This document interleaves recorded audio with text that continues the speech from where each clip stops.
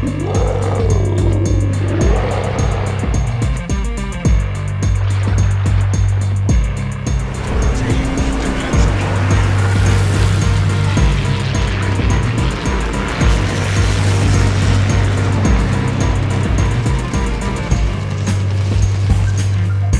is the Ostergotland, a Tier 7 Pan European destroyer. It's the top of the line of the Pan European Destroyer line, and as with the rest of those destroyers, it does not have smoke, but it has outstanding torpedoes, and especially the range and the speed of the torpedoes. And the nice thing about the Ostergotland is it has almost twice the damage output of the Scones torpedoes. So the boat is definitely something to be reckoned with here in a standard match once you get going with the boat. So with that, let's get into the setup of the ship and the commander, who is Stig Hansson Ericson. Base trait is Thunderbolt. Engine boost cooldown time and torpedo damage is improved. And for the inspirations, we have our new double concealment inspiration with Eric Bay Shifty, which improves the destroyer detectability, and Dang Shishang Quantum of Solace, which improves the destroyer detectability and its torpedo damage. So you do get a little benefit of a torpedo damage here, and that is important on all the Pan European destroyers. And you have slightly less concealment than you would have if you had Swirsky. So that is why my new double concealment setup is Dang Shishang right here. And then as for the skills, we have a torpedo centric build here. First skill is subsurface venture. Torpedo speed and launcher reload time is improved, but it is at the detriment of the destroyer main battery reload time. The second skill is Look at Me Now, which again improves the sea detectability range of the destroyer, and this will max out the detection range of the destroyer between the double concealment inspirations and Look at Me Now right here. The third skill is Back in Stock. Torpedo launcher reload time is improved. Yet again, I have been making do with Back in Stock versus Perceptive for the time being. The fourth skill is Sheltered Arms. Risk of the main battery being incapacitated and the torpedo launchers being incapacitated is improved by 75%. You can guarantee that your torpedoes and main battery will not be incapacitated if you go to Legendary Rank 4, as you can see in the parentheses there. And the legendary skill is Unstoppable. Engine repair time is improved, and it will allow for reduced mobility with a disabled engine and or rudder. And the special effect is a damage control party cooldown time. It's improved by 50%, and it is active when you're within 4.5 kilometers of an enemy ship, and that is at Legendary Rank 2.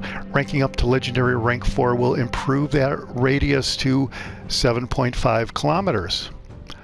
All right, let's take a look at the upgrades for the Ostergotland, and the first upgrade is Main Battery Mod 2, and the rest of the Pan European destroyers did have an issue with the main battery traverse speed, so I went right to Main Battery Mod 2 here right from the start, and the main battery traverse speed is improved by 15%, though you do take a hit on the main battery reload time by 5%. Next upgrade is Propulsion Mod 2. Time taken to reach full power when accelerating is improved by 50%. And then we have Concealment Mod 1. Detection range is improved by 10%, and the incoming fire dispersion is improved by 5%.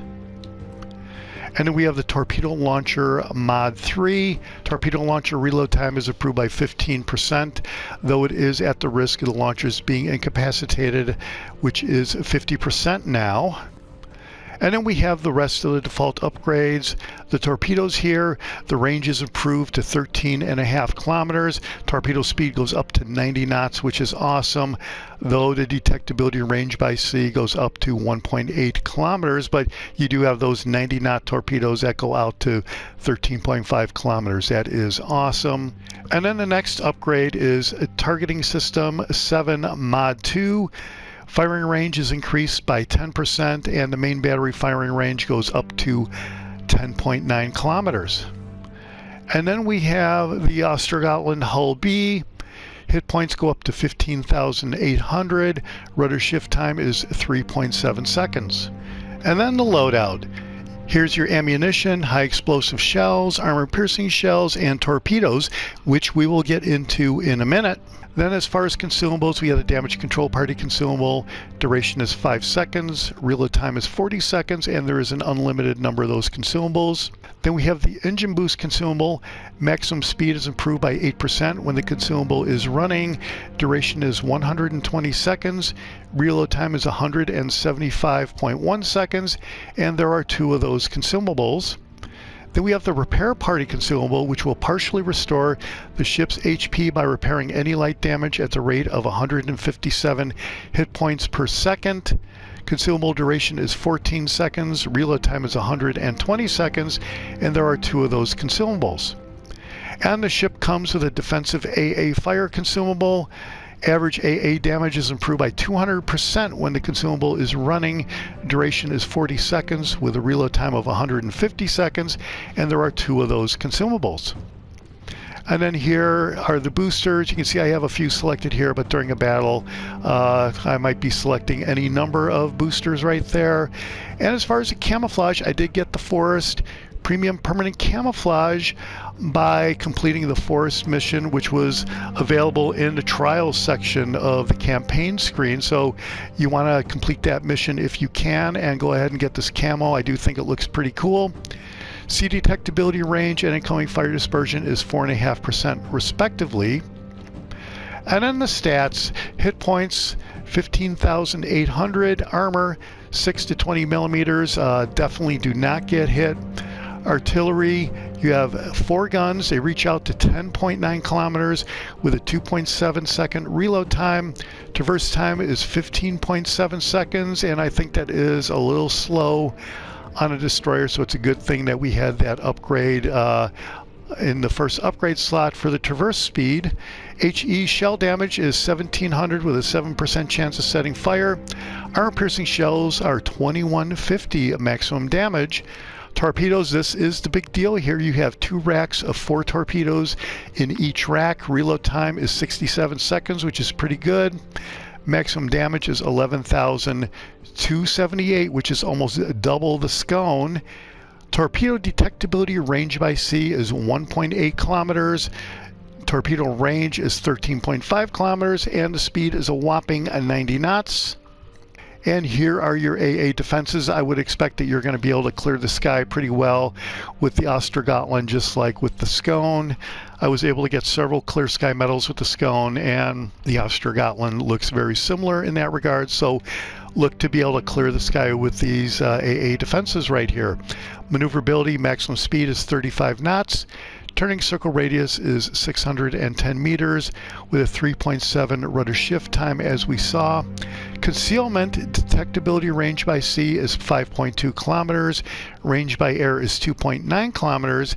And detection while firing in the smoke is 2.4 kilometers. And here's the armor, do not get hit.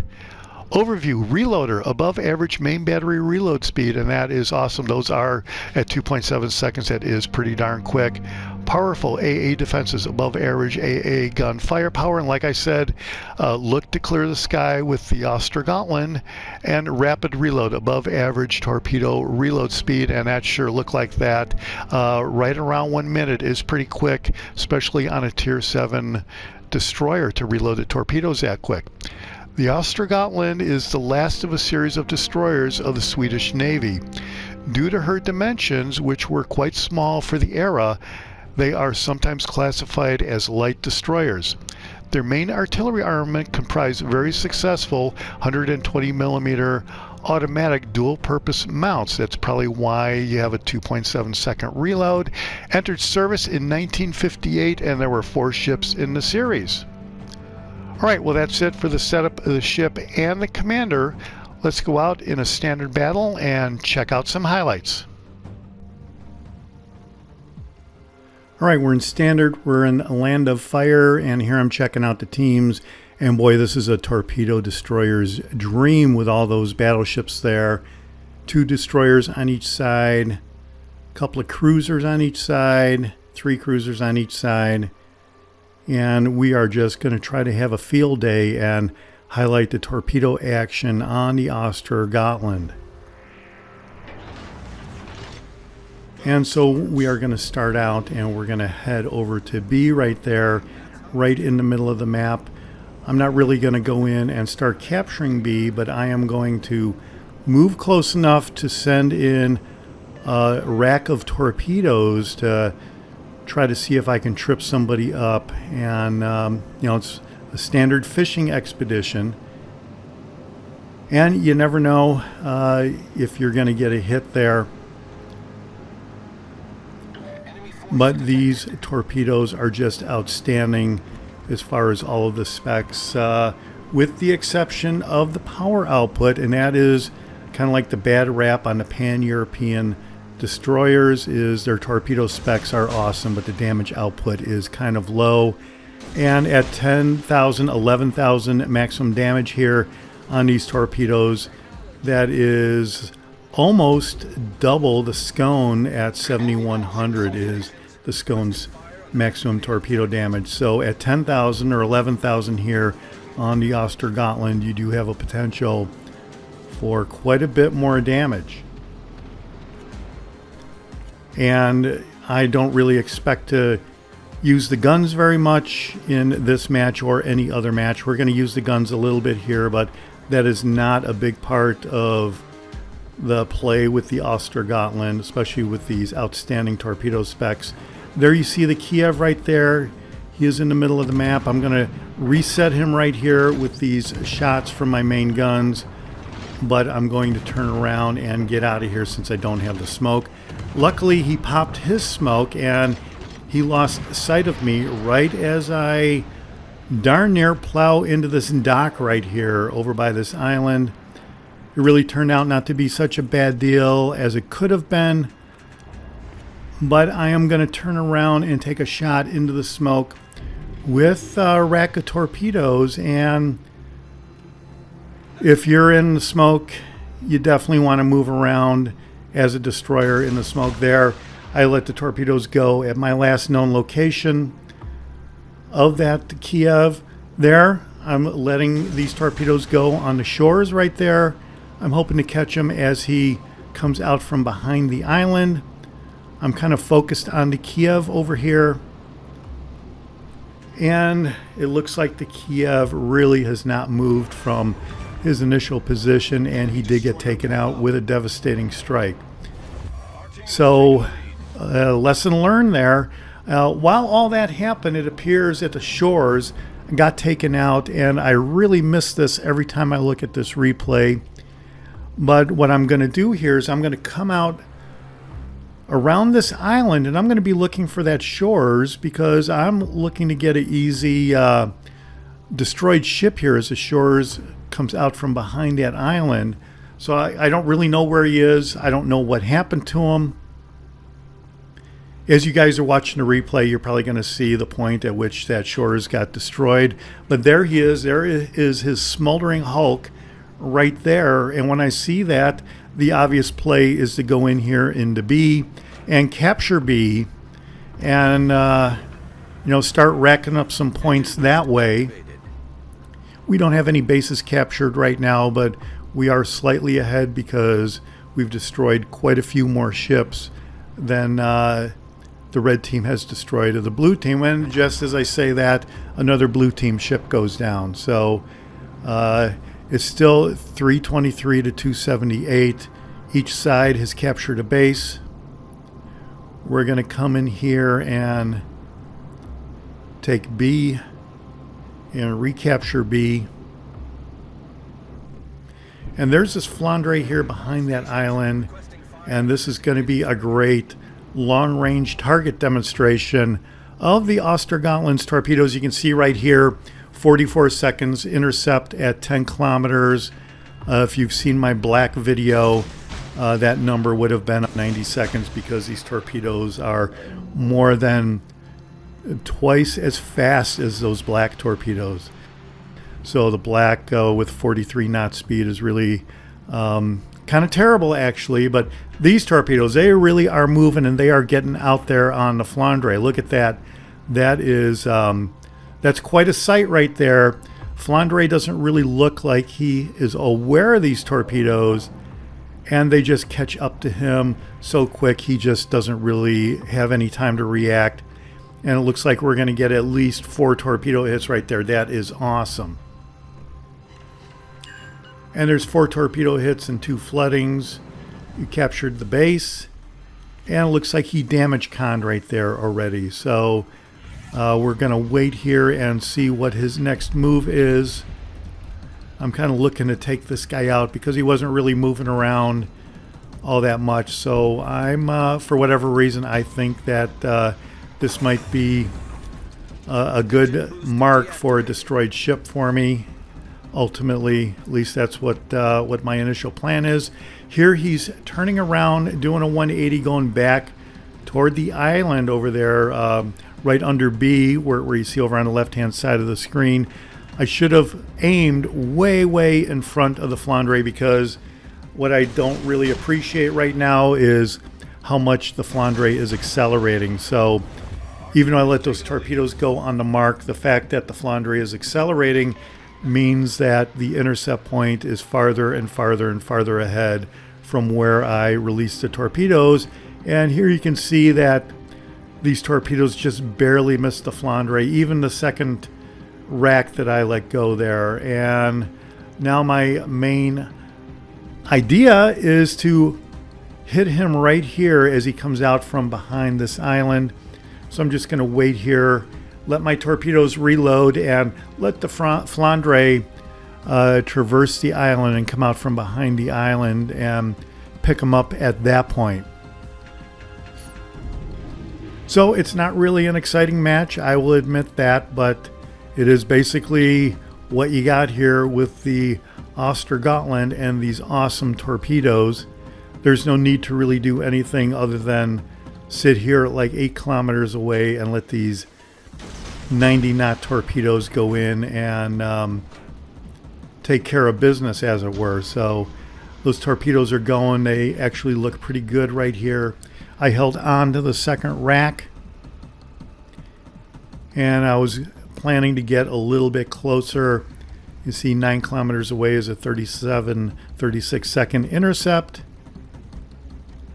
And there I take the other shot with the second rack of torpedoes, and here, holy cow, all 4 torpedoes are going to get a hit. This is unbelievable. This is awesome. And there's 4 more torpedoes and 2 floodings. And now, since the damage con went off previously, he is going to start flooding for a little while here. So 75,000 damage and counting. That devastating strike metal. 10 main gun hits. And I'm just waiting to see if torpedoes are going to reload. And it looks like he is not doing very well there. He's looking pretty thin, and he does get wiped out by my teammate. And that is the end of the match. That's just how quick that match went. That was really what I consider the best feature of the Ostergotland, is to just go out and launch torpedoes at long range. And with that really fast speed, you're going to get some pretty good scores right there.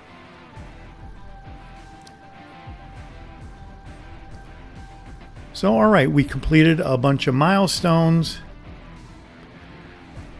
And let's check out the score here. 331,000 credits, 85,000 battle performance damage on 10 main gun hits, 9 torpedo hits, a destroyed ship, 5 floodings, 4 defended flags, a captured flag, devastating strike metal.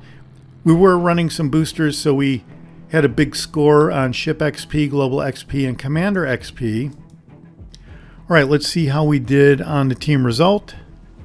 Whoa, first place overall, 2,500 XP. All right, that is a great score. I didn't really think that we really did all that much in that match, but it was enough to get first place overall, so I'll take it. Let's see how we did on the economy tab. 191,000 credits by the time it was all said and done. All right, well, that's it for the Ostergotland, and the torpedoes are it as far as I'm concerned. It's a fun boat with super fast torpedoes, long range and the damage output at 11,000 is actually getting to be pretty respectable. This is the Jaguar, and I'll see you on the high seas. Thanks for watching. Hit subscribe if you like it.